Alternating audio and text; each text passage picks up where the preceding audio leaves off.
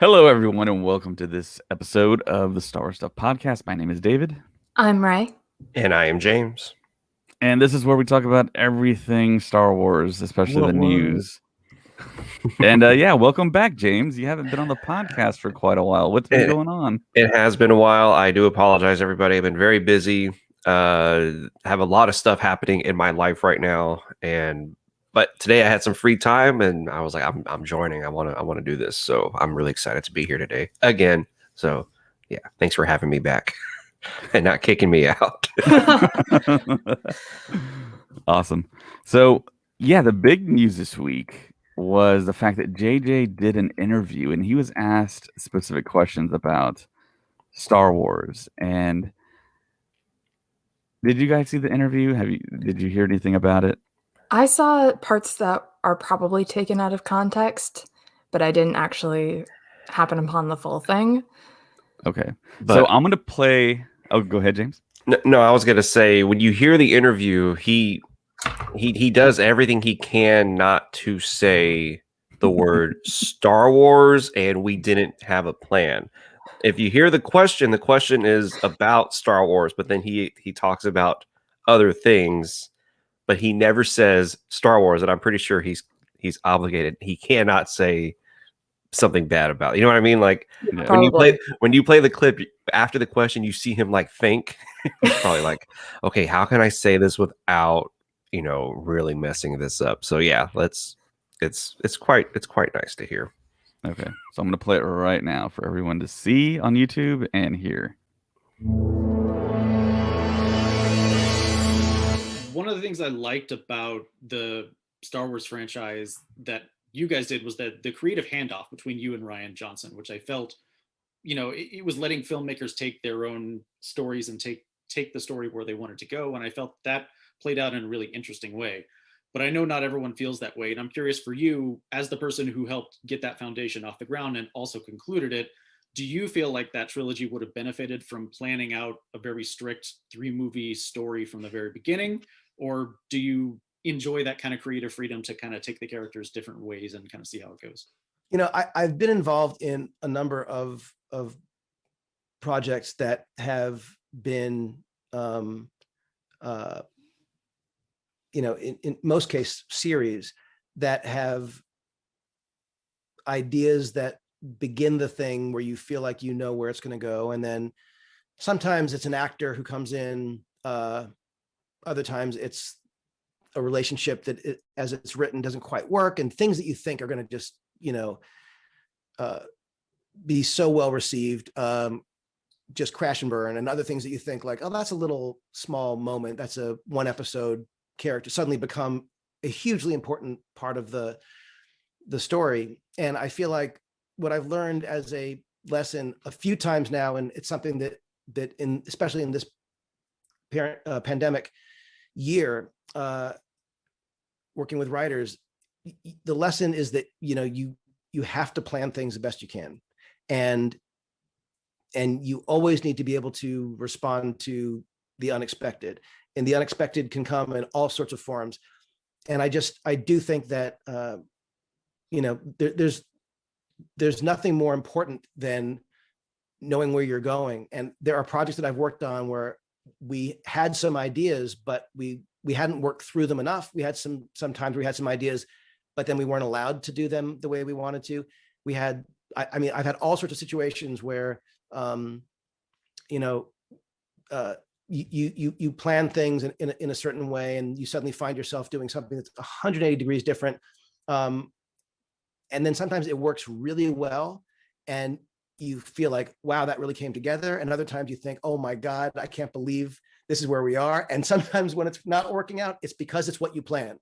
And other times when it's not working out, it's because it didn't. It's like you never really know. But having a plan, I have learned in some cases the hard way, is the most critical thing, because otherwise you don't know what you're setting up. You don't know what you're what to emphasize, because if you don't know the inevitable of the story, you're just as good as your last sequence or effect or joke or whatever, but you want to be leading to something inevitable. Okay, the things that we wanted to do but weren't allowed to, hardcore has to be Finn and Poe, right? Right? I think that was the first thing I thought of, and I'm 100% sure. No, I'm just kidding. But I wonder. You know what I mean? I wonder. There's got to be an aspect. But here's the funny thing about that was Poe was supposed to die in The Force Awakens. Like he's not supposed to be at all in the movie. And Right. and then through the like I don't know whether or not they had already started filming, or was the movie about to go, and when they told Oscar Isaac, "Oh, by the way, we're going to keep you alive through the rest of the movie." I'm Like, not sure how what the timeline is for those shots for those particular scenes, but the story is kind of famously talked about that Oscar Isaac went up to J.J. Abrams and asked him, "Hey, look, is it okay if I don't die? Because I've died in so many movies recently," and that's kind of a weird like thing for an actor to ask a director. Can you please change the entire script for me? I thought, but yeah, that's the way the story was said to the public. So I'm not quite sure. The thing that really kind of makes me wonder, I don't think anyone's talking about. I listened to a lot of people talk about this interview. I read a lot of articles on this interview. It's the 180-degree comment that JJ makes. It's almost like he's trying to tell us that he did have a plan, but Lucasfilm nixed it. They said, no, we don't want to do that. They already said no to Colin Trevorrow. And then JJ, it seems like he had something, but they said, no, we need to do this instead. That's what it kind of felt like to me in the interview without him saying it directly. I don't know. Yeah. What guy, what did you get from it? I mean, I'm not like a big writer or director. I mean, I've done a few things, and I've been in brainstorming meetings where you have an idea, and sometimes you'll write a whole script and you'll be like, this is the story, this is what we're doing, and then out of nowhere somebody will say like, oh, what if this happens, and then the entire script changes the other way, and you're like, oh, I never even would have imagined something like that. So that's what I think about whenever he says that. But you probably are right, where he did have an idea of what he wanted to do and what the conclusion of the whole thing should have been. But Lucasfilm, through their marketing and their like feeling out the public, they said, I think the public wants this. I think they want to see this. And so there's the big argument. Do you want to make the fans happy, or do you want to tell the story that you set out to tell? And we can see with Mandalorian, Jon Favreau and Dave Filoni are killing it with giving the fans what they want, but then also being like, we're really not paying attention to what like the outside like sources are wanting us to do. We're telling the story how we want to tell. So part of me is wondering if, I don't know, if Lucasfilm listened too much to what, I don't know, like what people were wanting to have in this movie. I mean, Right. So you what do think it's possible that The Mandalorian is a reaction to what the sequel trilogy was, in a way? Part of me says yes. Part of me thinks, and I've said it before on this thing. I love Kathleen Kennedy. I think her record shows for itself of how amazing she is from the 80s, 90s, 2000, like all the way through. I have a feeling that she was rushed to get these 3 movies out. Yeah, I And think that's 100% a fact that they rushed them out. I think they were, one of my friends was like, "Why didn't they just release the first, The Force Awakens in 2017? That would have been the 40-year anniversary of A New Hope." And then you think back to when she hired Michael Arndt to write the screenplay. He told her it's going to take me about 3 years, and she still hired him. I think she was like, "Yeah, that's plenty of time because you can write the script and we can get everything ready, and I can get this movie out at this time." But then I think somewhere along the lines, they were like, and you said it was probably like shareholders, and everybody was like, no, we need that movie out like quick. So Yeah, fire ROI. him, bring in Abrams, bring in Kasdan, start this thing up right now. And I mean, it was great. Force Awakens is exciting, but then you start to think like, man, was that the plan? Was she trying to get that 2017, even 2016 release and then go from there? We're never going to know. I don't think they'll ever admit to that, but that's kind of my thinking, was they rushed those movies, unfortunately. Yeah, I think because The Force Awakens definitely feels like they had a plan in place. And then I think it just, with conflicting creative minds, kind of got like moved around. And so then you have JJ for the third one of the sequels trying to like put all of the directions that everybody went with their own creative ideas like back into one coherent piece to like wrap it up. And I feel like that's really hard to do because like there was a lot of storylines that branched off with The Last Jedi, and then trying to bring those back in with what your plan was with The Force Awakens, and then your original ideas probably being nixed by Disney and Lucasfilm, and just trying to find that like balance of everything is probably one heck of a nightmare situation. Which is why I don't think we get a lot of fun J.J. Abrams on set stuff, because I think he was stressing out that whole production of The Rise of Skywalker was. I can which is imagine. totally expected and should happen. I mean, growing up as a fan and then having that responsibility to bring the franchise back after so many years after 2005. I mean the pressure and just the weight on his shoulders.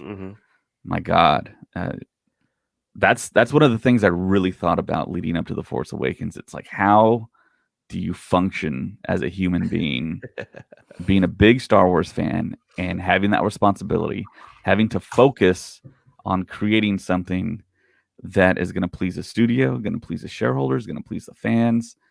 I mean, what do? Do you just totally disconnect yourself from your consciousness and kind of vicariously like live through yourself? I mean, how do you do that? I mean, that's just unbelievable. I mean, I was gonna say everything you just said was what Christopher Nolan said why he did not take The Force Awakens, because they asked Christopher Nolan to do Star Wars and he was like, Ooh. no. He was like, and everything you said was pretty much what he said in the interview, where he was like, that's a lot of pressure on one director to bring this to life, because I don't know who's gonna do it, but whoever does it, all power to them, because that is crazy. And then Christopher Nolan would have been, I don't know, that would have been a crazy different movie. Yeah, because he does kind of like really heavy films, doesn't he? Like the only stuff that I've seen by him is pretty heavy, or at least like dark in colors and tone. Yeah, that would have been a really interesting Star Wars movie. And I believe every director in Hollywood was asked to do Star Wars. Like I think David Fincher, Guillermo del Toro. Oh, Guillermo would have been so weird. I would have loved to have seen that Star Wars movie. So many directors. But so I just read this book, and David actually is the one who recommended it, the Secret History of Star Wars, and it's thick, and it's pretty eye-opening to read what George Lucas was doing and what he was saying to everybody else. They were like, so you had a plan this whole time? He goes, yeah, it's 9 films. It's 9 films. I have it all written down. But then the guy says, but he had nothing written down. He maybe had a couple of pages of like, this is what could happen, but this, I don't know. And it wasn't until A New Hope came out where his like the 9 movie plan came out. There was even a 12 movie plan for a while there, but then he said, no, it's only 9 films. Let's make it 12. Yeah, exactly. He had it 12 until the production of, I think, Empire Strikes Back. And then he said it's just 3 movies because Empire Strikes Back was one of the hardest productions he'd ever like been a part of, how much money they were spending. And so when you get to Return of the Jedi, and this is where history repeats itself, if you may, when you get to Return of the Jedi, he had to change how Irvin Kershner, the style that he did with Empire, to make it more of the friendly kids movie for Return of the Jedi, which is why there's a huge shift between Empire and Return of the Jedi, because he said, it's getting away from me. I don't want that dark stuff. I want this right here. This is what I want. And Kaz Dan was like, no. And then even Gary Kurtz ultimately left because he was like, this is not the way we should be going with these movies. But he was like, no, this is the way it should be. So in a weird way, it happened again with the sequel trilogy. I mean, do y'all think that that's like a similar situation that happened? Yeah, I think it is a very, very similar situation. And we're aware of it because we're hardcore, like insane Star Wars fans. But the outside general public thinks that George Lucas had a complete plan and he made the films the way he wanted to. But if you do listen on Audible or read that book, The Secret History of Star Wars, he clearly was just laying the tracks right before the train, really. I mean, and he was retconning stuff constantly. I mean, Luke he and Leia weren't retconned. supposed to be brother and sister. Vader wasn't supposed to be the father. I mean, that stuff popped up in the writers' room. You know, I mean, they figured out, okay, this is a whole lot better way to tell this story, and Yep. it's way more interesting. And I mean, it's The Empire Strikes Back is one of the greatest sequels of all time, if not the greatest. So, I mean, it worked out in that situation. But like JJ says in this interview, sometimes it works, sometimes it doesn't.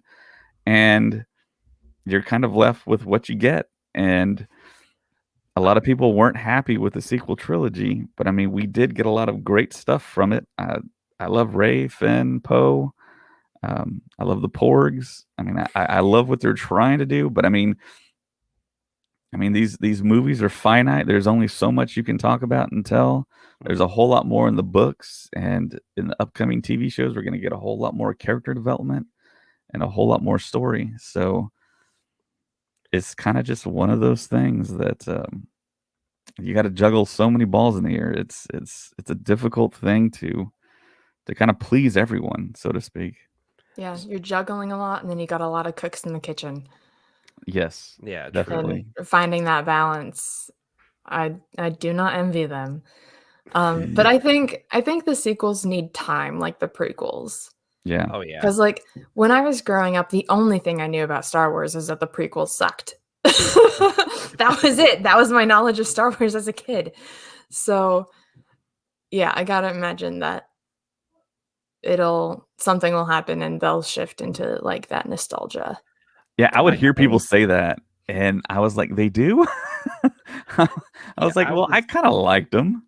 Yeah, I was amazed that people didn't like Jar Jar. I had no problem with Jar Jar. I'm not even like being like trying to be funny. Like Jar Jar was just another Star Wars character. Like Yeah. that's all he was to me. He was like 3PO. He was like, any other Star Wars character that was Jar Jar. And then I saw that there was a lot of hate for Jar Jar, and I was like, whoa, wait, what? And then I started seeing that people were like, yeah, the prequels suck, man. This is not Star Wars. And I'm like, but it is Star Wars. Like I don't understand it. And years later, I could see what people were talking about, and it amazed me that people hated it that much. But I think the Clone Wars cartoon like saved the prequels to Yeah. the point now the prequels are super respected and loved, and like people, and then plus A Ray, TV your show? generation, yeah, and then your generation, Ray, like is older, and y'all have a bigger, bigger what I'm trying to say, like a lot more people, are old enough and are Yes. talking about it. And so now they're like, Revenge of the Sith is the best Star Wars movie ever. And I've heard that so many times that people say the Revenge of the That's Sith so weird. is the Yeah. greatest Star Wars movie ever made. And I'm like, I'm not mad at them. I'm just like, wow, like I love Revenge of the Sith, but I was like, I didn't know like that. For some people, that is the pinnacle of the Star Wars story, And I Yeah. think that's awesome. And for a while there, it looked like nobody loved the prequels, but now there's this huge love of like, oh my god, this is the best, this is the best. So we're having Mandalorian right now, and we're gonna have a bunch of other shows. I think somewhere in between there, the sequel trilogy is gonna get that extra like, oh my gosh, the Rise of Skywalker is the best Star Wars movie out there. You know what I mean? Like I Yeah. think something weird, something like that's gonna happen. I would love a Clone Wars TV show with like the prequels or the sequels characters. Like how you have like taking place between The Last Jedi and Rise of Skywalker. Because there's a year there. So there's a year's worth of stories you could do that. Yeah. But when you mentioned Jar Jar, I just had an unlocked memory from my childhood. When I was at a babysitter's, she had Star Wars straws. And like when you drank from the straw and like the liquid went through it, it had like a giant character head on it. And when the liquid went through, it spoke. And she had a Jar Jar Binks one. And I didn't know what it was. And so then years later, I'm trying to tell my friend who knew Star Wars. I was like, yeah, there's this really weird alien creature thing on a straw. It had big floppy ears. And I tried drawing it out. She's like, that's not a Star Wars thing. You're just stupid. And I'm like, oh my god. And then years later, I was like, oh my gosh, it's Jar Jar Binks. Jeez. But now, that was mean of her to say that. yeah. But now I wanna find those straws again. I catch myself on Mercari and eBay looking for old episode 1 stuff because I know we talk about, we're a broken record, but episode 1 merch, the push for that was just the craziest. Like you said, they had a straw that spoke to you while you drank. Like, It's so weird. That's such a can't weird find that- concept. No, Feels like a but- fever dream. dude, yeah, David will say all of episode 1 like lead up was a fever dream because it was like anything you could think of had Star Wars on there. Everything had Star Wars on it. And the infamous Jar Binks Lollipop, remember that one? Yeah, remember that? Or it was a mouth that opened up, and what you would eat was the tongue of Jar Jar. Oh, And for some odd reason, somebody thought that was the best. That's almost as bad as a C3PO tape dispenser. Remember, it's like C3PO is doing like the crab walk, and the tape, you pull the tape from the middle of. Yeah, they made that. It's a thing. why? I don't. 'Cause Yeah, after- someone actually took one to Celebration. It's like 3PO, like in the crab walk position, and the tape that you pull is coming out of his crotch. Yep. Yeah. And Okay, they showed it to Anthony Daniels, and he was like, "Oh my god." I want a collage of all the weird. Like, we need to start a thread in the Facebook group of just the strangest Star Wars merch. Oh, you'll find some. It'll be from the first movie and from the Phantom Menace, like, because it was nuts. Like, somebody posted the picture of the Pepsi, Star Wars Pepsi soda can, dispenser, and I was like, man, I want one of those. I don't care. I want a. And then I even said they need to bring back the Pepsi episode 1 cans again, just for fun, because why not? But anyway, okay, so here's the funny thing about what Abrams said and how everybody said Star Wars doesn't have a plan. So one of the early ideas that George Lucas had was that in episode 9, the Emperor would finally reveal himself to be the ultimate villain, and that in episode 9, the villain would die, and the Emperor would finally die in episode 9, and that the new trilogy, 7, 8, and 9, was going to follow a new character, and Luke would come back as the Kenobi character in that one. George Lucas had this in his head in the 70s and the 80s, that was what was going to happen. So we get to the sequel trilogy, that kind of did happen. But the problem was when he did Return of the Jedi after Empire, he wanted to end it. He was like, I don't want to do anything else of Star Wars past this. So what does he do? He retcons Leia being Luke's sister out of nowhere. He's like, she's the sister. That's how it's going to work. The Emperor is going to die, so we don't get another big villain. And that's it. It's over. And then he's like, I'll go back and tell the rest of the stories, but it's going to just lead up to this. And so that's why Return of the Jedi, when it ends, it's so finite, because Lucas himself was like, that's it. I'm not doing any more. And it kind of makes me wonder if Abrams knew about this earlier idea that Lucas had and said, okay, let's try to tell that early idea. But in the process, somehow Palpatine returns. You know what I mean? Like, it's like, how did you feel about Palpatine just coming back out of nowhere in The Rise of Skywalker? Because I think that's the biggest argument of The Rise of Skywalker, is that Palpatine somehow returns. I mean, what do you think? What do you think, Ray? Like, was that like out of nowhere, or? It felt a little out of nowhere because he was just absolutely, like, there was no hint of him throughout 7 and 8. If you had like a subtle, like, tiny Easter egg, that would have been a little helpful. But also the fact that they just say somehow Palpatine returned. That's like, well, now I want to know how. Like, I've got so many questions, and I feel like this is kind of something you could explore, but we don't get that answer. What's his name right after that? I'm going to call him Mary from Lord of the Rings, because I can never remember his name. Oh, yeah. I don't know Dominic either. Monaghan. Yeah, Dominic Monaghan does say right after that, he says cloning, dark Sith, magic, and he says that, meaning that was almost like that's their explanation. It's like, cloning, dark Sith magic, and then that's it. We don't have to explain anything else after that. What do you think, David? Was Palpatine's return just like, oh, okay, or do you wish they would have done something differently, or were you okay with Palpatine's return? when we were at Star Wars Celebration 2019 in Chicago and we heard the laugh at the end of the trailer, we Yeah. all lost our minds. Yeah, it was And I amazing. think that was the approval right there. Yeah, we want him back. But how he came back was the important aspect of that. And like Ray said, I mean, he just kind of shows up. And that goes back to having a complete thorough plan of him showing up from the very beginning so that you can kind of foreshadow his impending return, which they really didn't kind of do. They just did the whole pass the baton thing from director to director for the story. So because like in that same scene, Leia says like he's always been there, like pulling the strings from the shadows or whatever, but like there's no hint that he's always been there in 7 and 8. So I think if you had like stuck little hints in there that had like him like, oh, this might be Palpatine pulling the strings, or made it like Snoke more obvious that he was connected to Palpatine, I don't know. I think that would have helped with his return. I think there's a few parts in the movie because now I am 100% certain that Mandalorian is trying to tell that story. Like they're trying to get us to that part. Yeah. I think that's what they're doing. I think that's what Favreau is like. Okay, I can get you out there. But what I think they could have done is like in the Force Awakens when Snoke is talking to them, he could mention like my master said this and blah blah blah blah blah. And then we'd all be like, who was Snoke's master? Like how Yeah. who?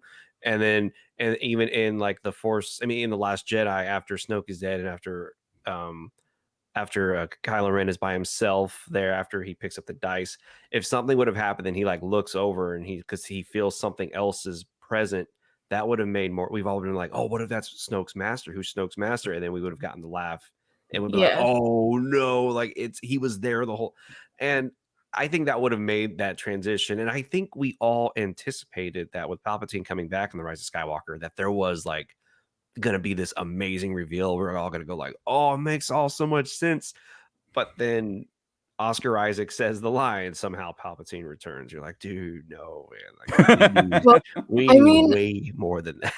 It already is a little weird just from the opening crawl with the dead speak and that there's this broadcast about the Emperor. Mhm. So Palpatine started a podcast and that's how he came back. You heard it here first, folks. Palpatine started a podcast. And now I want to listen to it. Now I really want to listen to what he says because I think it's going to be amazing. But yeah, I remember when I first read that line at the opening crawl of Rise of Skywalker. When I read that line, I went like this. Oh, okay. Did y'all kind of have that same reaction when it says the dead speak? Well, because when it just said that, like, there's like this broadcast about how Palpatine is out there, it's like, is it a credible source? Like, where's it coming from? How do we know to get on this frequency? You know? Yeah, like, okay, I could just jump on and broadcast something, being like, "Hey, bananas aren't real," somehow Ray returned, and then just be like, "Okay, who's?" Just because I heard it on a podcast, so it must be true, right? Exactly. I mean, actually, Ray. Bananas aren't really real. Oh boy, here we go. But actually, that's another. I thought it was corn wasn't real. Both. Well, yeah. Because corn is so genetically modified. Yeah, we as humans, we created what bananas are today from another. See, fruit. You heard it on podcast. It makes it true. We can go into detail about why corn and bananas are not what they're supposed to. But anyways, so there is a moment in The Last Jedi where Snoke, there it is right there, where Snoke throws Rey up and he's telling her, give me everything. He's like, and then she's up there screaming. John Williams goes with Palpatine's score right there. You hear the do do do do. We'll never know why he went with that. Maybe because it's a cool villain theme. But the guy who's like, oh, Star Wars always is good. Part of me thinks somehow Johnson heard, or Abrams was like, I got to do it somehow. And Johnson was like, well, I've already filmed the whole movie. I had no idea. And I think they asked John Williams, can you throw in his theme at a part that is like good to where people will be like, that's the Emperor's theme. And then so that was my thinking of like Johnson knowing that this was going to happen and him being like, well, if I would have had a better idea, we could have done way more with it. But the best we can do is have his music in here. Yeah. We'll never know though. We'll never know that full timeline. And I want someone to do what this other author did with The Secret History of Star Wars, where he does the entire sequel trilogy just so we can finally understand what happened behind the scenes. Because Yeah. what happened behind the scenes was almost as dramatic as what we saw on the screen itself. Like, I mean, would y'all want to finally have a definite answer about that, or do you want to just kind of keep it a mystery? What do you think? I think I just want to soak up all the information I can. Because I love movie making and I love Star Wars, and behind the scenes stuff is some of my favorite stuff to look into. Mm-hmm. So What do you think? I would just want everything. Yeah, I echo the same thing that Ray just said. I want to know the truth. I'm very interested to see how it all kind of happened and how it came together and who made the decisions and just what really happened. But like you said, I don't think we're ever really going to find out exactly what happened until we get some type of like tell-all book, kind of like The Secret History of Star Wars. But yeah, I listened to it on Audible, and Josh Robert Thompson does Lucas's voice perfectly. Like the most amazing Lucas impression you've ever heard in your like, to the point where like the fourth or fifth time he does it, I'm just like, that's George Lucas talking. I don't care. It's like, that's him. But yeah, sorry, go on. Yeah. Nope. Yeah, I really want to see.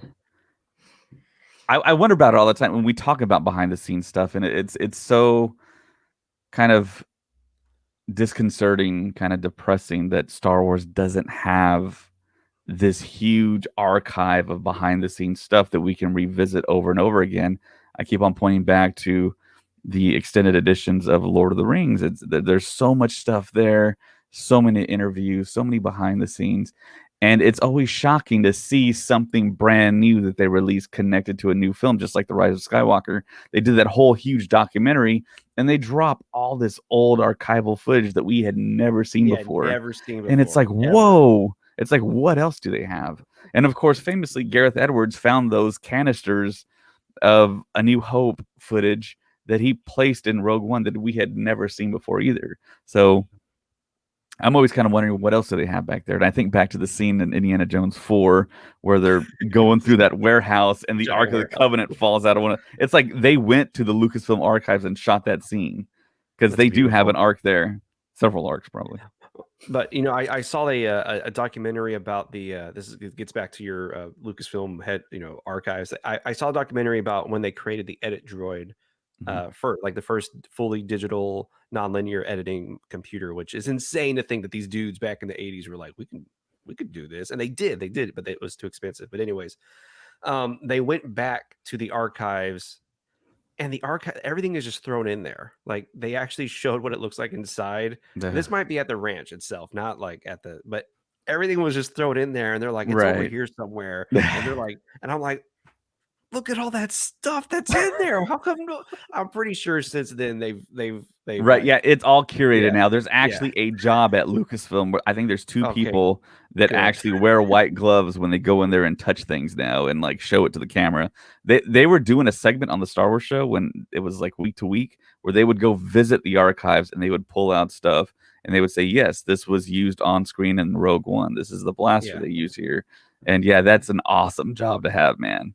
Because it's like, what do they give tours? I don't think they do for the general public. So it's like costumer heart. I want to go.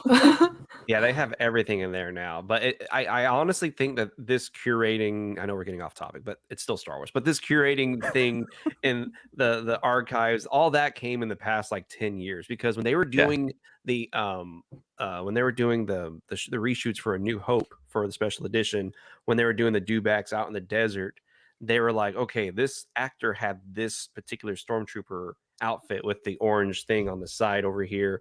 Where is it? And they looked for like weeks for this costume and they could not find that costume. And finally, somewhere in the corner in this chest, they open it up and they're like, there it is. Oh my gosh. Like it took them so long to find that thing. which makes me realize, like, man, they were just kind of like, somebody will deal with that later. Yeah, I might try checking Planet Hollywood too. So. There you go. But it just blows me away, the behind the scenes of the sequel trilogy, and how crazy it was, and how you have some fans who are like, the sequel trilogy is the best trilogy in Star Wars, and then you have other fans saying it's the worst thing to ever happen to Star Wars and it's not canon. You know, like it just blows me away. It's canon. I mean, I'm not going to be one of those guys. It's canon. But I follow this guy on TikTok, and he did he's pretty cool. He likes Star Wars, so I'm like, hey, I like Star Wars too. Anyway, he did a marathon where he watched the sequel trilogy back to back, and he said, I want to see if it actually does flow, because I haven't done that yet. And I was thinking, I haven't really done that either, where I've just watched all 3 movies in one sitting. And he says that, because this is his opinion, he says from Force Awakens, The Last Jedi to the end of it, he says you can tell that the story was there. Like, there was kind of this idea they had that they were going towards at the end of The Last Jedi, but The Rise of Skywalker completely changes what both of those movies were doing. And then they were like, and here we go. Like, this is the ending that we want to get to. And it's like, yeah, okay. And he says, why does Rey goes back to Tatooine? He goes, but what does that mean to her? I mean, it doesn't have a lot of meaning, but it does have a little bit of meaning. But he says that looked like more of fan service than anything else to end it there with her at the twin suns looking. And I'm thinking, yeah, I can see that argument. But at the same time, that's the home of Luke Skywalker. Like, she's got to go and pay tribute there. It was an interesting way to look at it, that, the Rise of Skywalker kind of just had to, like Ray said earlier, where you're like, we gotta finish this thing somehow. Like, there's all these different pieces we have to put together. And it was almost impossible for that movie to be good. Like, do you think it had the chance to be good, or was it always going to fail? What do y'all think? I think if they had more time to, like, if they had, like, put it off and, like, spent, like, an extra year or something on it, it could. I mean, that could also make it worse. Who knows? It could've been It's worse. more time to mess around with stuff, or it's more time to correct stuff. But I think getting more time. Also, I just think that it would have fit better to make it like 4 movies, so you can fit in like more content and stuff. Yeah, I don't know fair if you can hear my dog, but Yeah, we can hear him. yeah, It's okay. I'm sorry. No, it's fine. I like what you say, because it does feel like The Rise of Skywalker should have, because if you remember the original trilogy, there was 3 years in between each movie. It was 77, 80, and 83. But when we get to the sequel trilogy, Disney was like, you only get 2 years in between. Like, you got to get these movies out now. And it felt for me like it would have, all of us fans would have been perfectly fine if they pushed The Rise of Skywalker back another year. Like, we all would have been like, oh man, they're getting something good ready for us. Like, oh, this is going to be awesome. And I think even Abrams was asking for more time. They going to try to release it in that summer, and then they were like, no, it's going back to Christmas time. Like, it was crazy what they were going to try to do with The Rise of Skywalker. And now who was pulling the strings? Who was saying, no, it's definitely going to be a 2-year thing? I'm pretty sure Disney was telling Lucasfilm, you got to get these things out quick. They're going to make us millions and billions of dollars. Fans are going to go see them. Just get them out quickly. And so what happens after Rise of Skywalker comes out? Lucasfilm is able to finally like halt everything and say, okay, we're going to take our time now getting these things done. And even Ewan McGregor said, yeah, he says they're going back and they're redoing a lot of the scripts for the Kenobi series because they want it to be like the best it could possibly be. So I think after Kennedy was able to do that, she was finally able to say, okay, just stop. Let me run the business how I want to run it.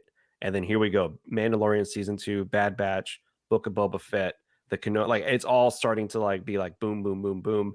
And as David has said before, it's just so unfortunate that the sequel trilogy was that first thing they had to do to get to where we are now. And it's like, man, like it's I don't know. But like I said, I still like the sequel trilogy. I still think it's a lot of fun. It's a cute dog.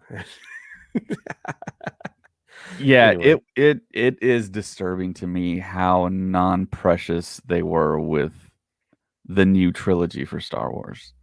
They didn't treat it with, I think, the respect that it kind of deserved, and rushing it and not having a finite plan. But I mean, their plan was to go with different directors, and I thought that was a cool idea. And I kind of knew that. I mean, we all know it went from Lucas to Kirshner to Marquand for the original trilogy, so I didn't have an issue with that. And they picked the director that I wanted with JJ. He came off of Star Trek 2009, and I thought that was a great film. Oh yeah. I later found out that a lot of Trek fans hated that film. Yeah. And I loved Into Darkness as well. And people will point back that JJ doesn't know how to finish things because they point back to Lost, and they didn't like that ending, and they didn't like, I guess, the ending of the trilogy with Star Trek. But JJ didn't have a lot to do with Lost. People still kind of get that kind of story kind of misinterpreted because it was all Damon Lindelof and Carlton Cuse that ran that show. JJ was responsible for the concept in the very first episode, and after that, he was gone. He was like executive producing. So it's just kind of one of those things. So it like he says in the Collider interview, sometimes it works out great, and sometimes it doesn't when you don't have a plan, and sometimes when you do have a plan, they don't go with the plan, they go with something else. I mean, let me ask you this question. It's kind of bothered me because you said how Abrams is a great, like, he gets things started, and he's right. Like, he's a great starter. Yeah. Do you think the mystery box approach to Force Awakens was the best idea for Star Wars? Like the whole, we don't know who Kylo Ren is, we don't know who Rey is, we don't know who fit. Like there was this mystery about these characters that took over everybody's like life after the Force Awakens came out. Would it have been, even during the movie The Force Awakens, would it have been bad for us to know that Kylo Ren was Han Solo's son before The Force Awakens came out? Would that have been like a miss, or would that have just been like, oh, that's how did that happen? You know what I mean? Like, what would have been better for them to reveal it in the movie, or for when they promoted it, they said like, Han Solo's your father or something like that? Like, was the mystery Abrams style good for Star Wars? Is what I want to ask. Yeah, I think it was good. It mirrors what we got before in the original trilogy when we got the big "I am your father," and the reveal in Return of the Jedi that Leia was Luke's sister. I mean, that's classic Star Wars stuff right there. So, but that was over the span of a couple of movies, whereas in right. For me, Well, see, that leads to that makes the audience think, okay, well, there's even bigger reveals that are going to happen, and that's what we were anticipating. True, and we ultimately didn't get a lot. Right, because the big thing that they didn't figure out was the whole Snoke popularity that we were like thinking, okay, who's Snoke? And we wanted that question answered. We really didn't get it until, I guess, A Sentence in the Rise of Skywalker. Yeah, and we saw him in like Back to Tanks or whatever, and kind of had to make the assumption, okay, well, he was a clone then, Yeah. That, I mean, and that goes back to the JJ interview where he's talking about little things here and there become huge things. And I don't think they anticipated that. And I think there has to be, I've said this so many times, there has to be a position at Lucasfilm where someone has the pulse on the fandom and is going out and watching the videos and like kind of reporting back, this is what the fans are wanting. And that leads into my next story that I wanted to talk about. Dave Filoni being the executive creative director of Lucasfilm and in story, he's talked about the reason why Bad Batch exists is because the whole Clone Wars save movement, fans asked for it and begged for it and cheered for it. And he's given us more Clone Wars in the Bad Batch, which is a creation. It's also created by Lucas. So, I mean, that's why that story was so huge last week, was the fact that we're getting someone in a place of power at the executive level that knows Star Wars, that has the track record now. All Dave Filoni had left to prove was live action. He's already proved that he has the chops for it. So I think right now we're in a good spot. But going back to what we were talking about, I mean, you have to have a plan, essentially, I think, and you got to stick to it. But I mean, there is nuance. There are variations. I mean, if someone comes up with a better idea, the moral of the story is it's hard to make movies that people love, you know? Oh yeah, it's super difficult to Yeah. please everybody. Like and again, like I said, I don't think there was. I'm not trying to go against what you said, Ray, but I honestly don't think there was a way for the Rise of Skywalker or Episode 9, whatever it was going to be called before that. I don't think there was any way it was going to meet everyone's expectations. Oh You know, no. even Return of the Jedi did not meet everyone's expectations. And if you look at the Rotten Tomato score, if you may, or if you look at what the critics, it when they got to Return of the Jedi, everybody was like, oh, okay, Lucas doesn't know what he's doing anymore. Like that was kind of what people were saying. Even though it's a beloved movie, fans love it to this day. When it first came out, people were kind of like, oh, that's kind of a lackluster ending for it. It just all wraps up in a big bow and it's over. That's it. People wanted more from the Return of the Jedi, but some people consider that one the best Star Wars movie. And I know David said growing up that was your favorite.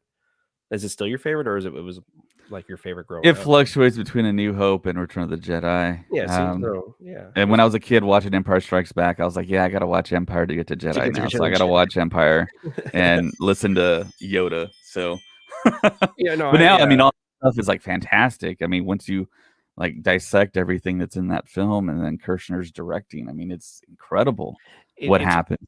It's crazy to hear those interviews with Kasdan and Kirshner and Kurtz, who were like, this is what Star Wars needs. Like this Empire Strikes Back has to be the next chapter, and this is where it needs to go. And Lucas hating that direction that they went. He was like, it's too dark, it's too complex this is supposed to be a kid's movie. It's not supposed to be one of these things. And then these three were like, no, this is the story that we need, which is ultimately why he doesn't bring back Kirshner to do Return of the Jedi. I mean, I don't think Kirshner wanted to do Return of the Jedi. I think he was over it. But it just amazes me that the middle chapters of the sequel trilogy and the original trilogy were so kind of like, well, that's not really the way it was supposed to go. And then you get the Rise of Skywalker or Return of the Jedi, where it's like, all right, now we got to finish it all up and wrap it all up and be like, boom, boom, here we go. I mean, I personally think The Last Jedi was good. I think what they were trying to go for and how they were supposed to end it with Kylo Ren being the ultimate villain was awesome.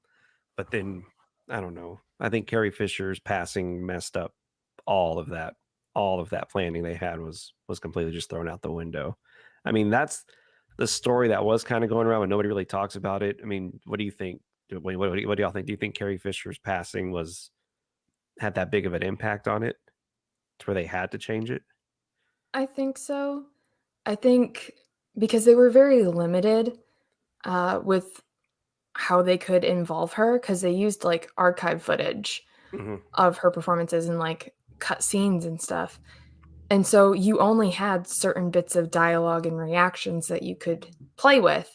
And to me, there's like one or two moments that you can definitely tell she's cut into it and they worked the dialogue around her. And I think if you had her actually there, the story would be different because you could involve her in different ways. But I feel like they were just very limited with what they could do. What do you think, David?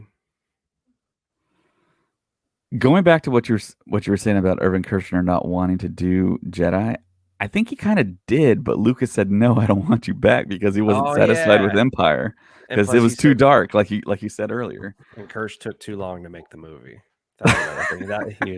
He hated the fact that Kirsch was, and that was a funny thing. They were like, he's making the movie, he's getting those shots, he's getting everything, and Lucas is like, it doesn't matter, just put the camera, and then let's go. But no, anyways, sorry. So what was the question again? Back to was Carrie Fisher's passing probably that catalyst that pushed us to the Rise of Skywalker? Right. I'm trying to remember the timeline. But once she passed, was Trevorrow fired after? I believe so. Okay, because I think that threw the whole kind of plan that they had at that point into.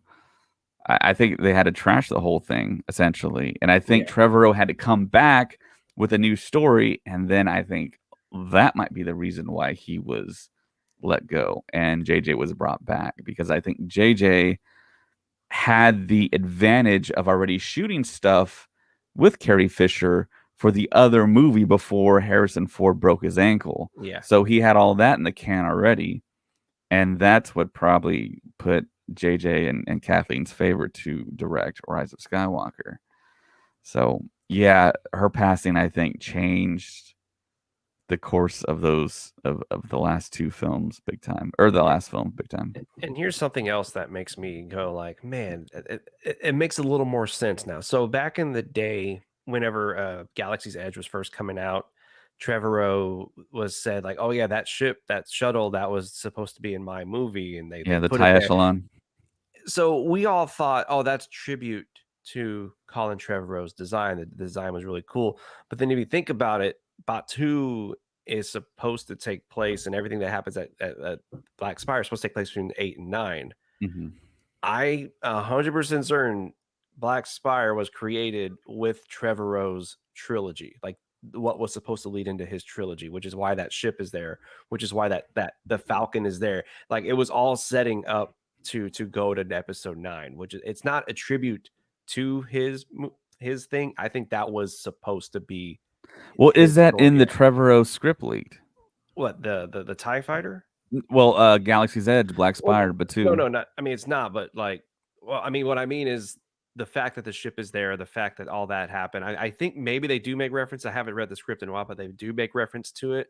Yeah, I have. Yeah, a the way the feeling story that- goes, the ship was supposed to be in Trevorrow's film, Yes, but it never appeared anywhere after. exactly. Yeah, so we got it at Galaxy's Edge. I'm certain that when they built it, they were like, "Oh, this is gonna go into episode 9," and then when that didn't happen, they're like, "Well, it's still here because it looks cool." And so Well, they yeah, kept I think it there. that's totally the story, totally what happened.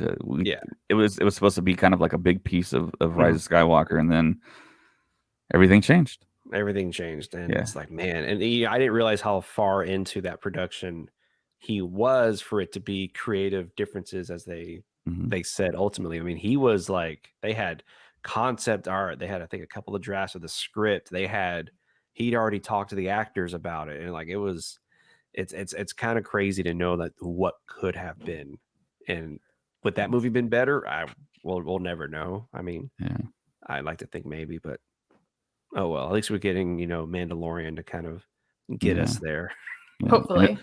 And it feels Hopefully. like this person's in charge. So Yeah, I think finally, now that he's there, I think Star Wars is gonna start to, like, the new trilogy is gonna be amazing, because he's gonna make sure the story is all gonna flow together. So, Ray, are you a fan of the Bad Batch, or are you kind of like, I like Bad it. Batch? You like the Bad Batch? Yeah.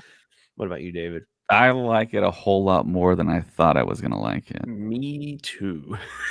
Because I knew, because the characters, you only see a little bit of them in season, the final season of Clone Wars, and I was like, okay, these guys are cool, but I don't know if I can watch a whole show with these guys. But for the moment it started, I was like, oh, this is cool. This is really cool. I like these guys a lot, and I'm pumped. I am so pumped to see where this is going to go.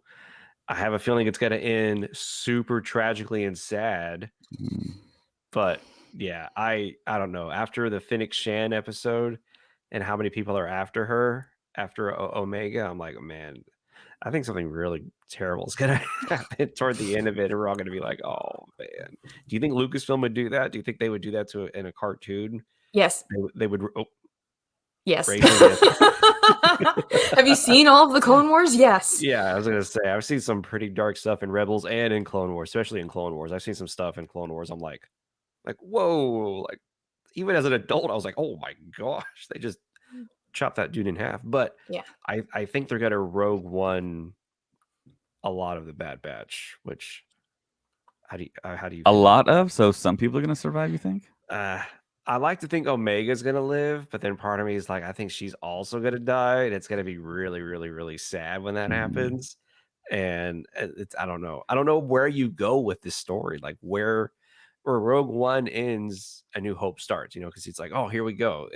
They all killed them. They all died, which is really sad, but they all did it for the mission. And where does Bad Batch leave? You know what I mean? Yeah. Where are we building to with the Yeah. Bad Batch? It kind of makes me nervous. I mean, what are y'all's predictions about this show? Well, it's not going to be pretty because in every single episode, Wrecker hits his head. And Oh yeah. the only thing I can see is when Crosshair's chip was starting to work, he was having head pain. And now Wrecker's having head pain and he keeps getting his head hit. Mm. And I don't like it. Can you imagine them having to kill Wrecker because No. he's about to kill them? No, I think because Omega knows about the inhibitor chips that she might know of a way to like fix it. So she'd like save the day there. I don't know. But Wrecker and Omega are the absolute cutest duo. I like that Omega was as great as I was hoping she would be, and then like better. Like when her character in the first episode, I was like, oh, she's gonna be great. I like where this is going. David, what do you think? Are they got a Rogue One everybody or what? I'm kind of hoping they play against that stereotype. We all figure they're all going to die. We don't see them in the future. What if they all live and they just live on the periphery, on the outer rim of Star Wars, and we just don't run into them because the galaxy is so huge in the Yeah. Skywalker saga or Skywalker stories. But yeah, Okay. I really like all the characters. I mean, it's working for me. D. Bradley Baker is just awesome with those voices, man. So who is voicing Omega? Do we know? Some actress. I saw her name finally in Okay. the credits, and I Okay. was like, I don't know who she is, but yeah. So I posted a meme in our Facebook group of how she pronounces the names of the Oh. characters. I think And it's so cute. I thought it was cute. I didn't have any like ill will or bad intention on that. I wasn't Uh-oh. making fun of her accent or What did you anything. do, David? So someone made the comment, so is it okay now for us to make fun of the way people speak? I wasn't making fun of the way people speak. I was just simply like pointing out the way it sounds, but I love that character. I actually kind of want to move to New Zealand.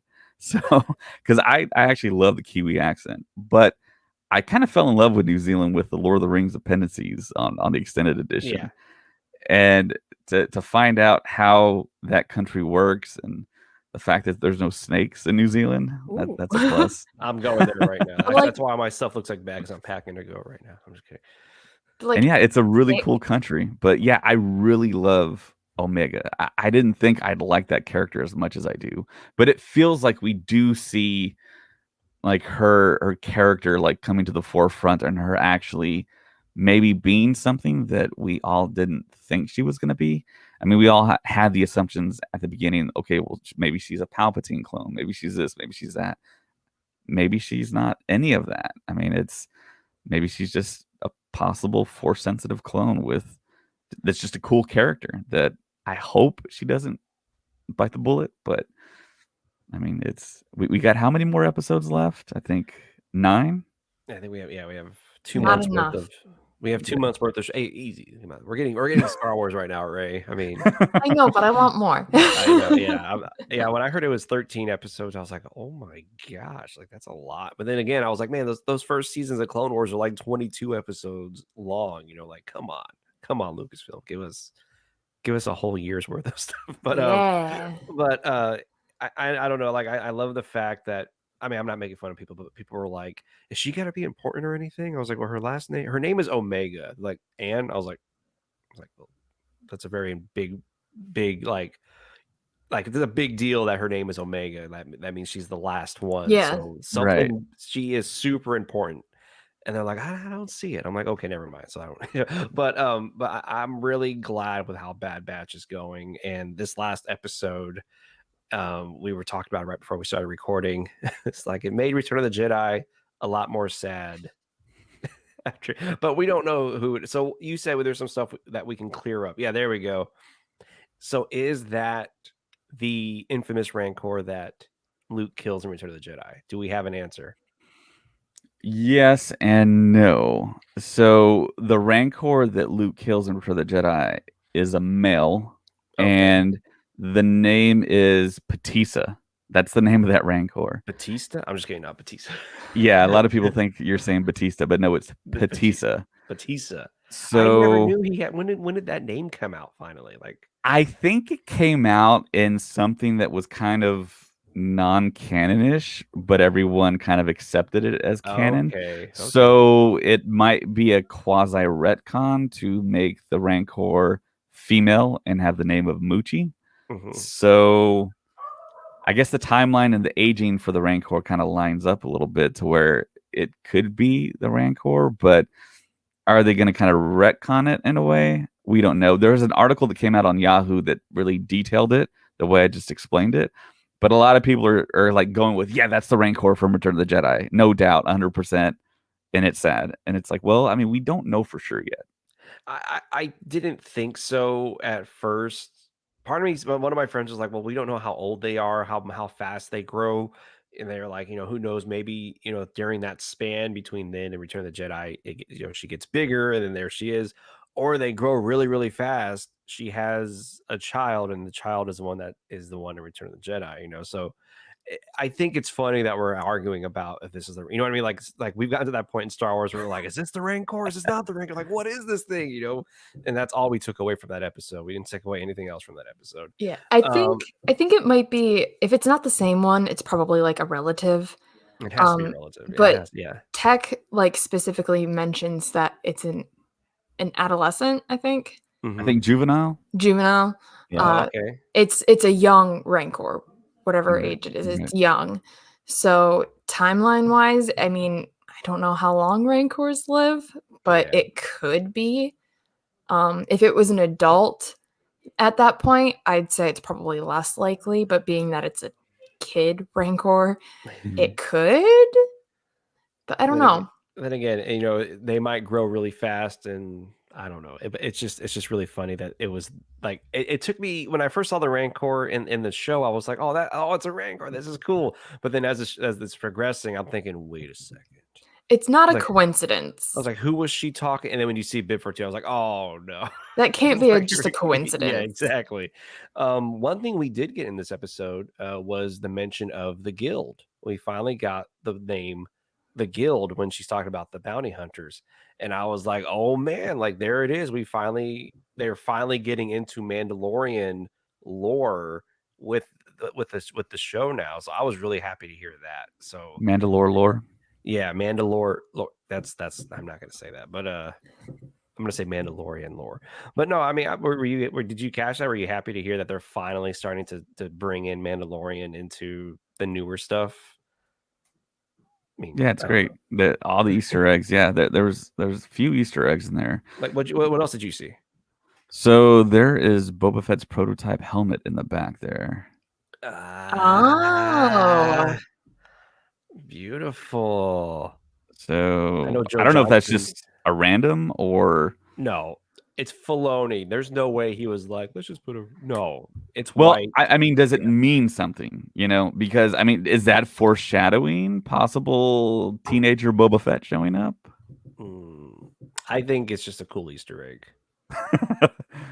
And Jango Fett's blasters are up top there. What? Okay, those two combined makes me think it's a little more likely that we could see Boba Fett.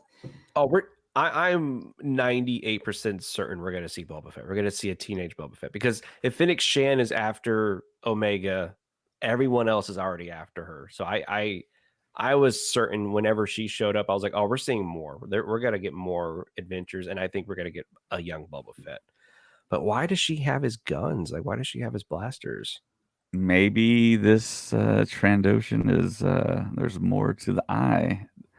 There's more that to Sid. I mean, maybe she's going to be a recurring character. Maybe we see her in live action. Maybe, I mean, there's a lot of possible backstory here with these Easter eggs. And so do you think she's a part of the Guild, and we're going to see Carl Weathers as well? Possibly Grief Karga. Yeah, I mean, she could be this kind of version.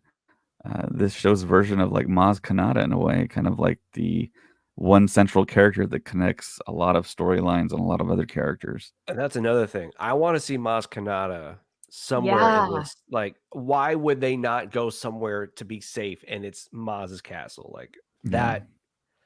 Every book that's written about Star Wars now, she's in there somehow. Like, she makes an appearance, and it's awesome every single time, because you're like, yes, Maz, I mean, I want to see it. Do y'all want to see Maz Kanata somewhere in this Bad Batch? I love Maz. I'd like to see her in anything.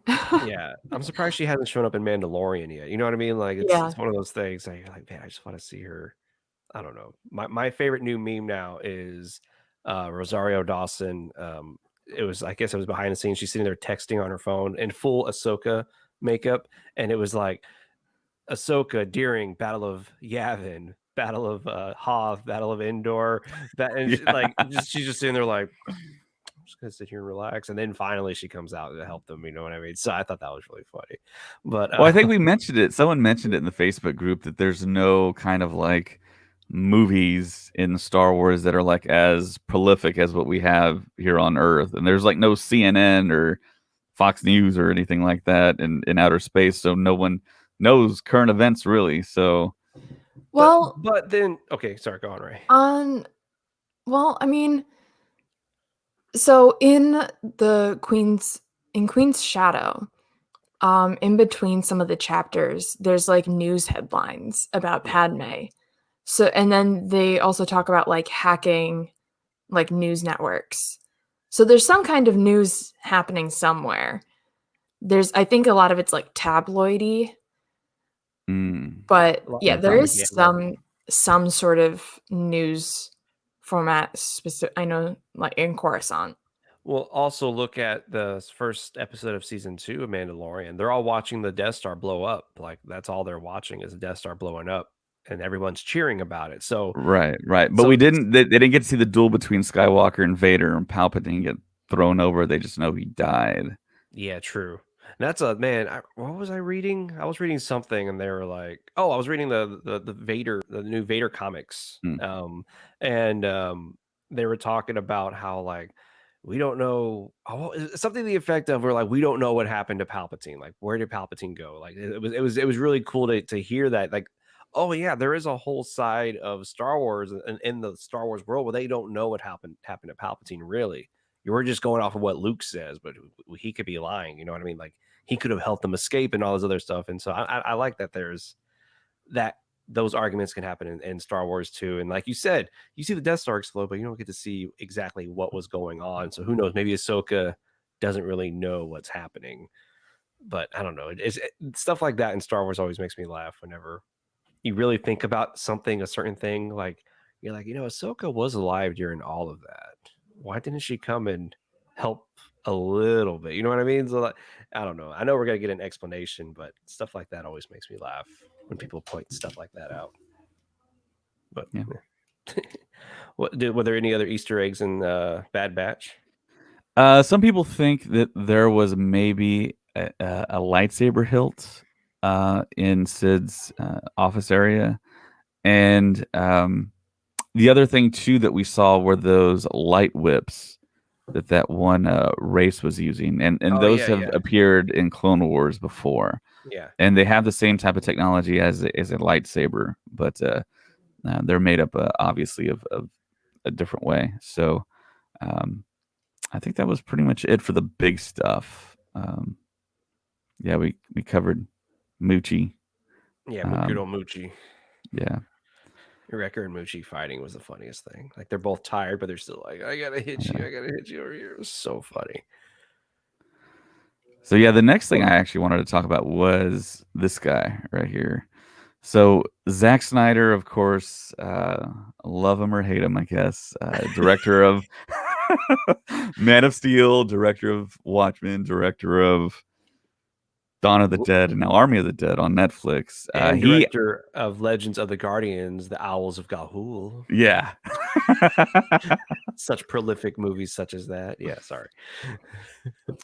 So yeah, he did a podcast where he talked about when he met with Lucasfilm pre The Force Awakens and had a discussion with them on doing a remake of a Kurosawa film. And I'm guessing it's Seven Samurai, but he wanted to do it in the Star Wars universe, basically remake the film, but in Star Wars theme. So he talked about that a little bit. And they asked him, okay, so would he have used characters that we all knew? He said, no, it would have been all brand new characters. And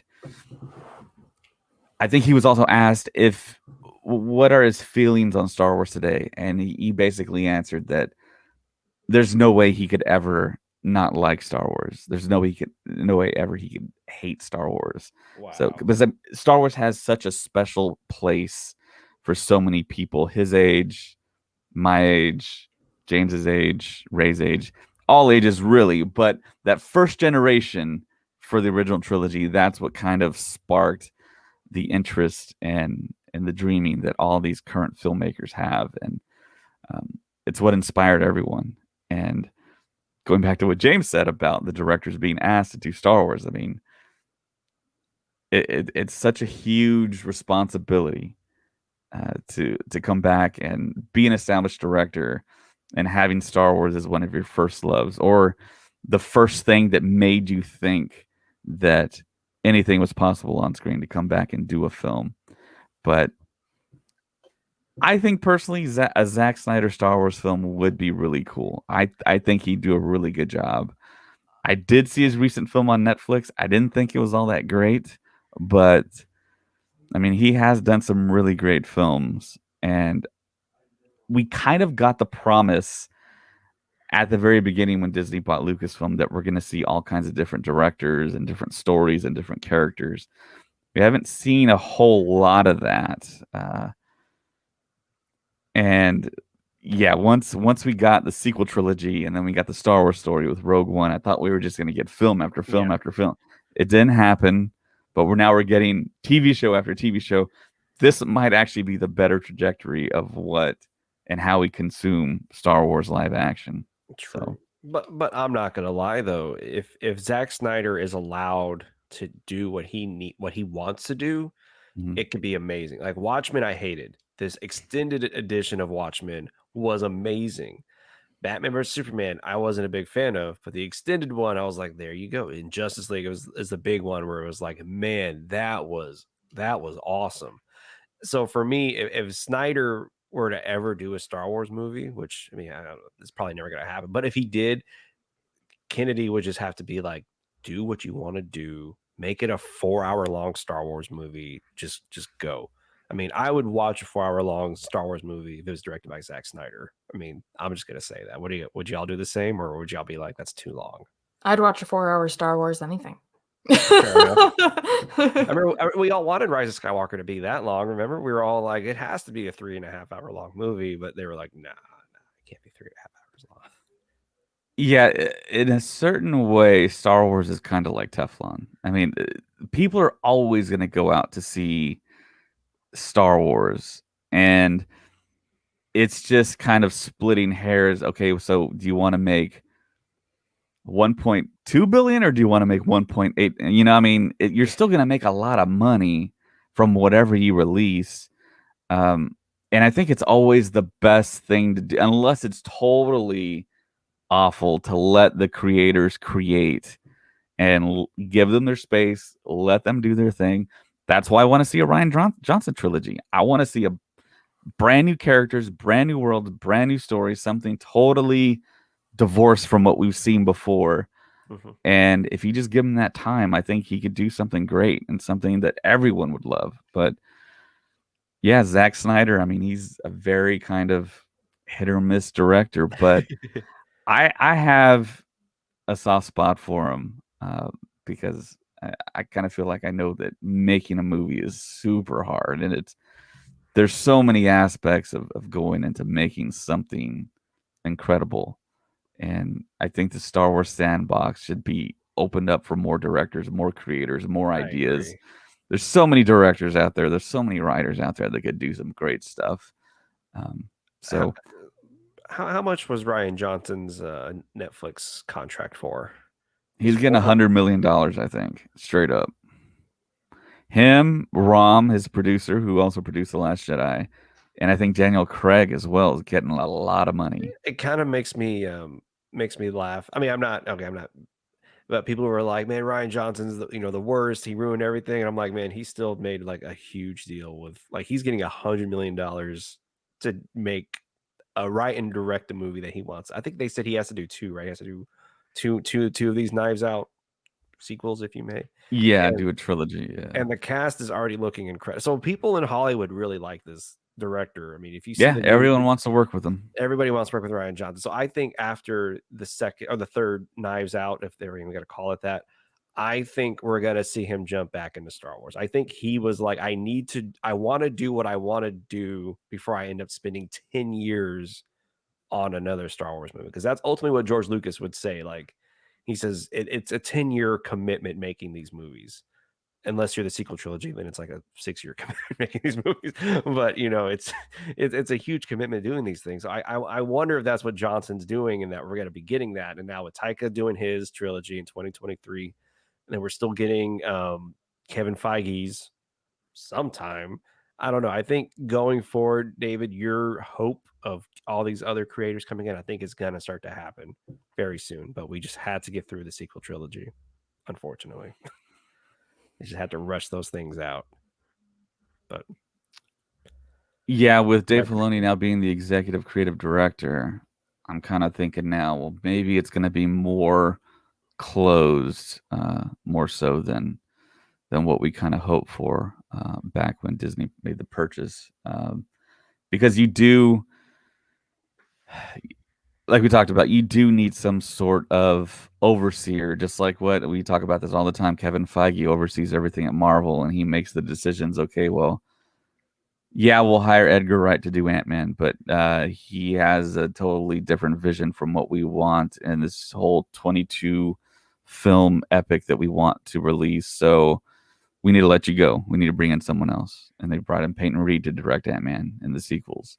And then, of course, he directed the last episode of The Mandalorian, season 2, with Luke Skywalker. So, I mean, having Filoni there now, I think that it's maybe going to shut that down more so. And we're probably going to see more people that aren't as established, like a Deborah Chow, and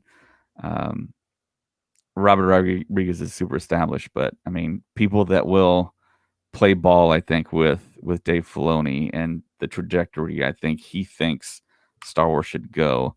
So it's maybe not going to happen that way with bringing in like the Christopher Nolans, and I don't know.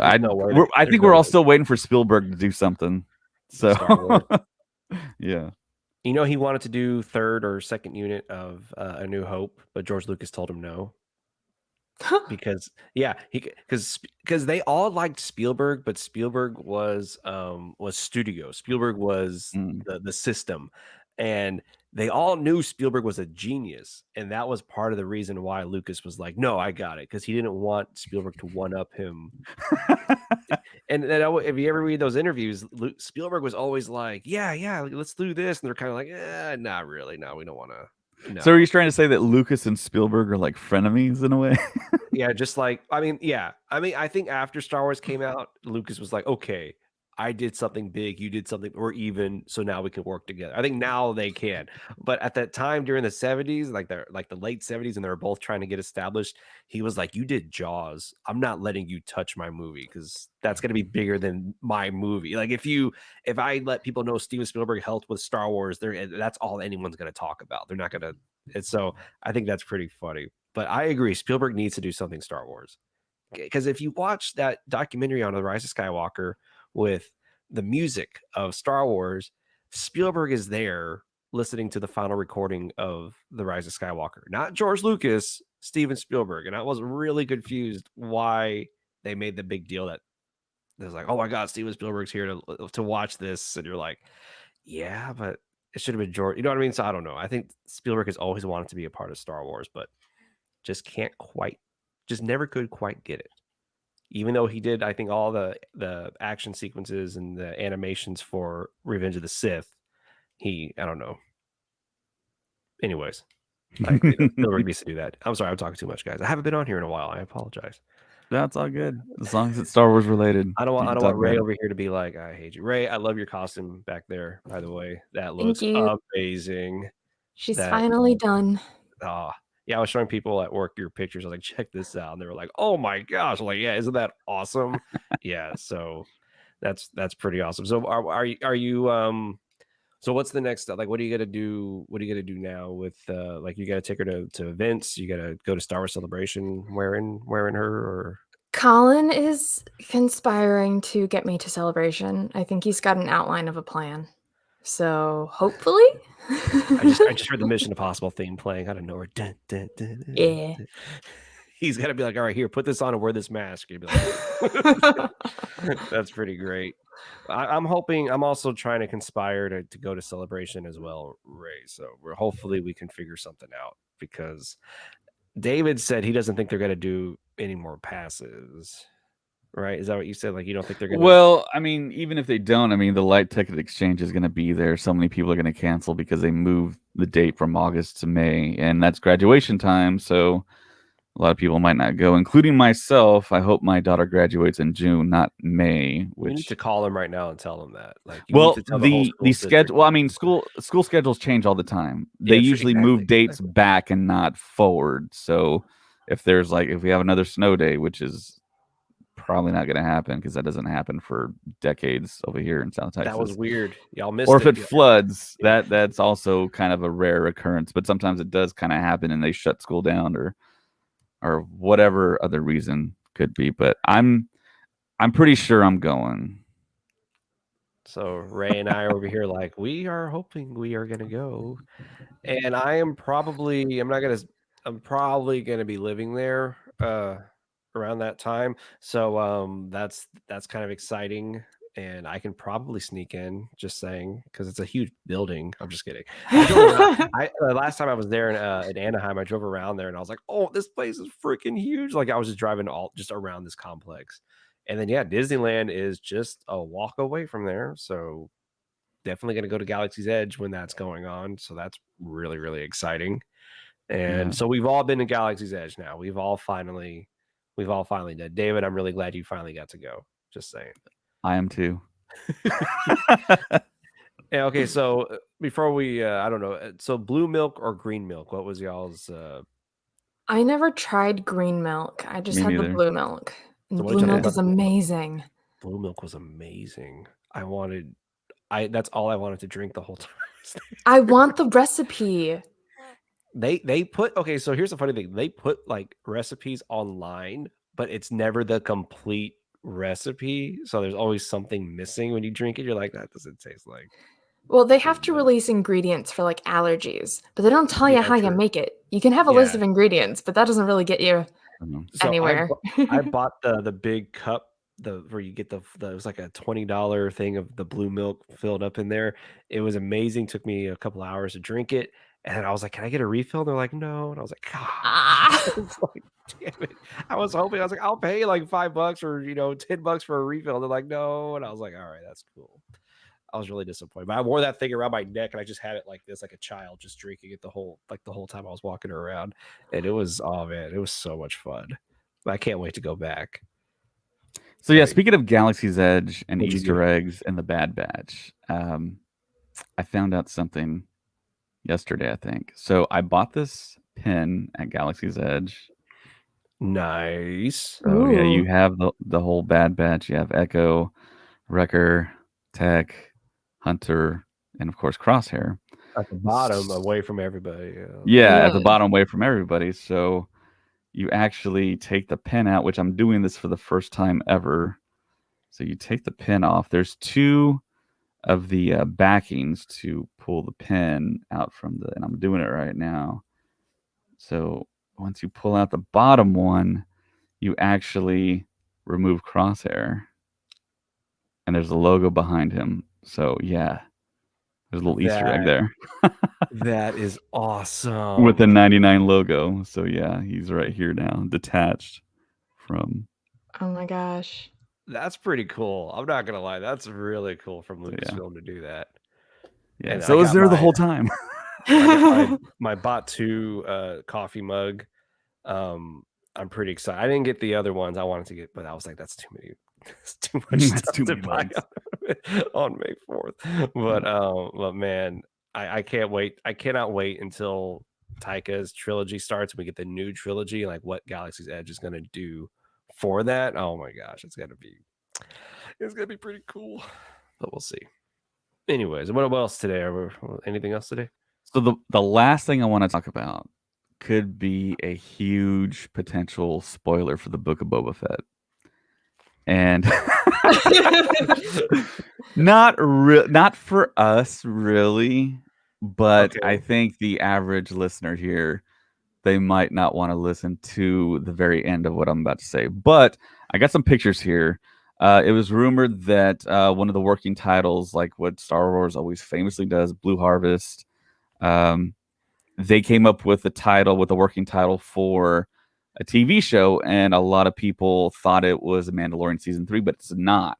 Apparently, it's Book of Boba Fett, and of course, they made what they always make is the crew shirts and merch for just the people working on the Book of Boba Fett. So the working title for the Book of Boba Fett is Buccaneer, and here's some of the merch that they handed out to the crew there. And so you can clearly see Buccaneer Ooh. season 1. Which does that implicate that there's going to be more seasons of Book of Boba Fett? I don't know. yeah. There But has to be. if you look at the picture there, Is that it a looks like Wookiee? it's a Wookiee and maybe like a Gamorrean guard or Yeah. something. Because you see the axe there. So there's reports that there's a Wookiee on set. So maybe that Wookiee has more to do with the storyline. I don't know. There's actually a Wookiee in the comic books that is kind of famous now. That's also a bounty hunter that can make an appearance. And I mean, if it's not a Wookiee, then it's like Sasquatch. No, it's a So it's a Yeti. It's a Yeti. You know, that's a Wookiee if I ever saw a Wookiee. Yeah. yeah. So And he's holding a is that Imperial blaster? Is that what he's holding? yeah, it looks like it. It definitely does look like it. The And the then end of this the other- barrel. The camera department. That's Right. I'm glad you pointed that out. So that leads me to the huge potential spoiler. But first, I want to show you this picture. So Tamira Morrison was doing a signing, and he's wearing a crew hoodie that says Buccaneer on it. I want that right now. Oh. I need that in my life right now. That is beautiful. I hope they sell those. Please, Lucasfilm, sell those at the Disney store. I will buy it. So leading back to this Legacy Effect. Legacy Effects is a workshop just like ILM that worked on The Mandalorian and helped do effects for season 1, season 2.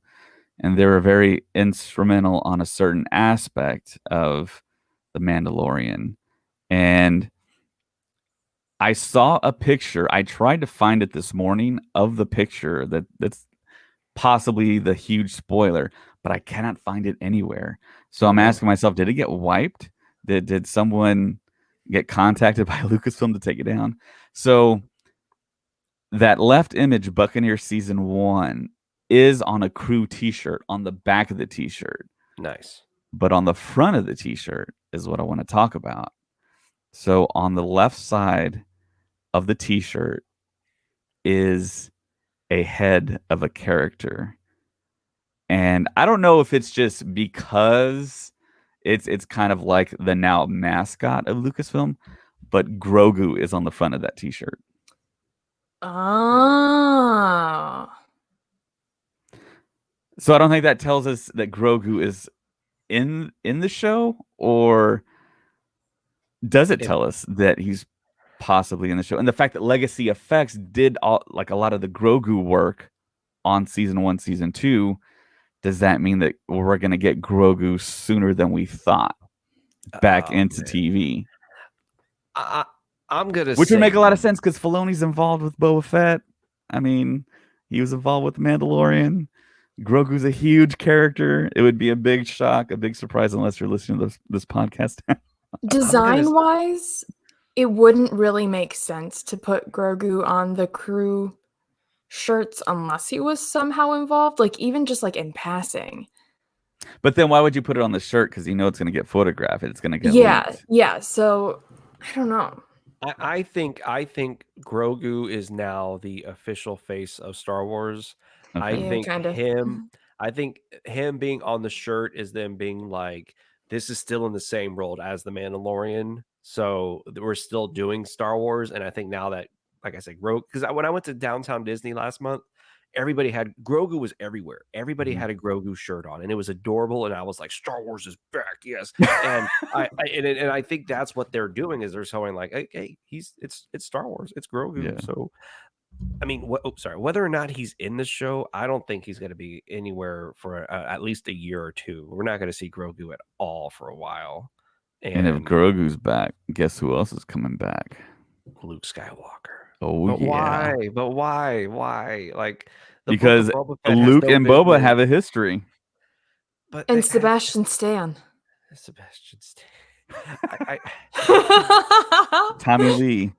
I don't. Oh yeah, exactly. Now he's Tommy Lee. What the? But no.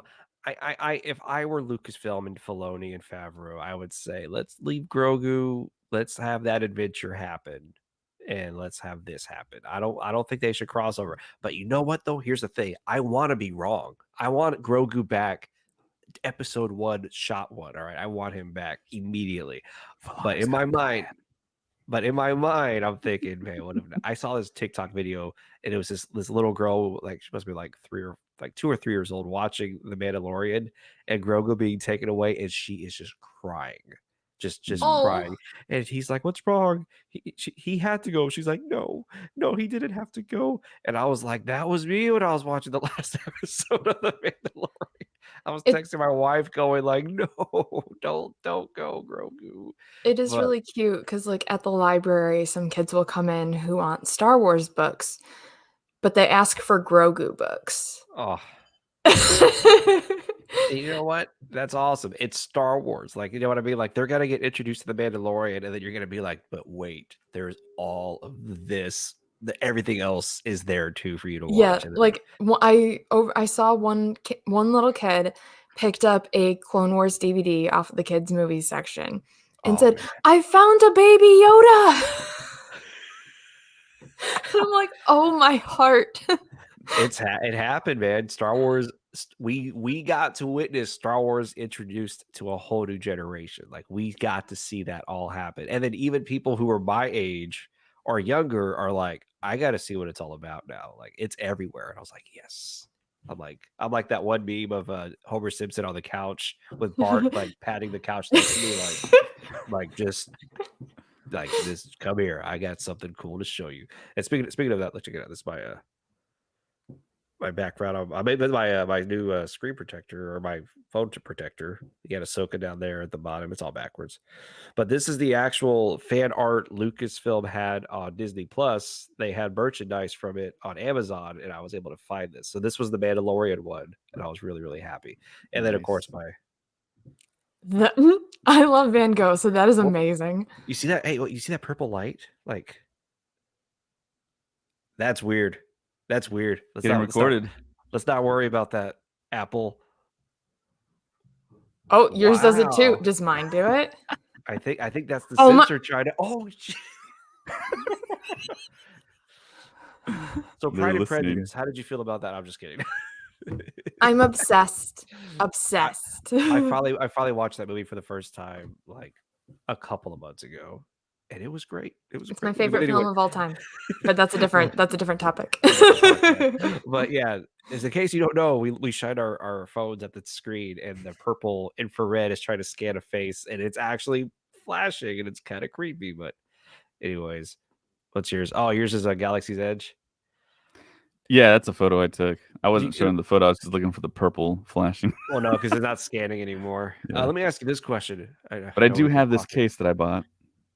I want that case so bad. I almost bought that one. Yeah. That was like the next case I was gonna buy until I saw that they had the May 4th art, and I was like, I gotta get that's freaking adorable. Yeah, my phone died, and so I was forced to upgrade to the 12, and I got the 12 mini, and they don't make cool cases like that for 12 minis.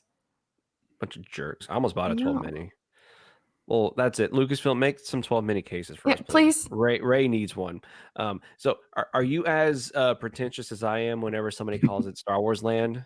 When we're talking about Disney, and you're like, it's called Galaxy's Edge. Like, do you do that, or am I just a complete jerk and need to like shut my mouth whenever people say that? I'm fine with it. I sometimes have to call it that to people who have no idea what I'm talking about. Right. I always say the Star Wars theme park at Disneyland. Like, oh, Star Wars Land. I'm like, Oh. I gave up on the Baby Yoda thing though. Like, when people say Baby Yoda in front of me, I'm just like, yes, him. Because I can't. Because the moment I say his name is Grogu, they just go, what? And they have no idea what I'm talking about. After I mean, Star Wars has a history of saying things differently, like AT-AT, AT-AT, Han. Han. I I will never get over that. I love my theory that they told Billy D. Williams, like, this is his name, and he was just like, okay, I'm gonna pronounce it Han. And they're like, okay. but I love that Grogu, the name, and we talked about this before, is George Lucas's name. Like, every letter from Grogu is in George Lucas's name. Like, I'm pretty sure that's how Favreau did it. He had it written out. He's like, I got the G, got the R, the O, and he was looking at the last name, and he goes, and I got the U. There we go. We got Grogu's name, and that name is just the best. I don't know. Anyways, we talk too much. Oh my gosh, I think this is like the longest podcast we've done in a long time. I think last week's was like an hour 45. Yeah. I don't know. 10 more minutes. Let's do it. I'm just joking. I'm joking. But anything else, David, or we cover all the bases? I think that's about it as far as big news goes. But I do want to say, even if you don't listen to us on Apple Podcasts, go out to Apple, search us up, give us a 5-star rating, write a review. That helps out the podcast a lot. And we're also on YouTube. You can find us on YouTube, Star Wars Stuff Podcast. We're almost at 600 subscribers. So I'm going to put this podcast out on YouTube.